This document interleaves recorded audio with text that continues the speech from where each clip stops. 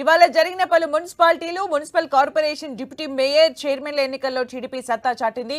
నెల్లూరు కార్పొరేషన్తో పాటు ఏలూరులో 2 deputy స్థానాల్ని TDP గెలుచుకుంది.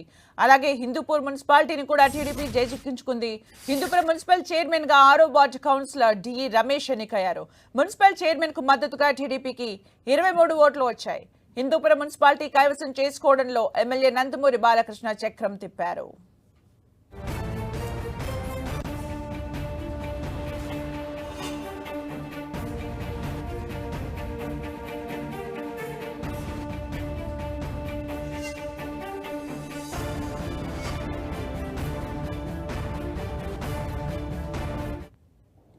మా నియోజకవర్గం అభివృద్ధి కోసం ఎప్పుడు మేము పాటుపడేది కాబట్టి తప్పకుండా నా దృష్టంతో ముఖ్యంగా నా హిందూపురాన్ని అభివృద్ధి చేయడం మీద పార్టీకి ఎప్పుడు ఎటువంటి సేవలు ఉన్నా అవసరం ఉన్నా నేను వాళ్ళకి అందుబాటులో ఉంటాను.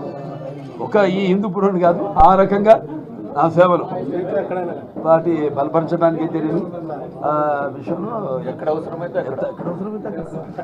ఎందుకంటే లేడని సందేహం వలతో ఎంతెందుకు వెతికినా అందంగా బాలయ్య అంటే ప్రాణం, బాలయ్య అంటే మాకు ఆరాధ్యం, బాలయ్య లేనిది వ్యర్థం మా జీవితం. కాబట్టి మా జీవితం బాలయ్యకు అంకితం. కాబట్టి బాలయ్య గారి ఆశీస్సులతోటే మేము ఈ మున్సిపల్ కౌన్సిల్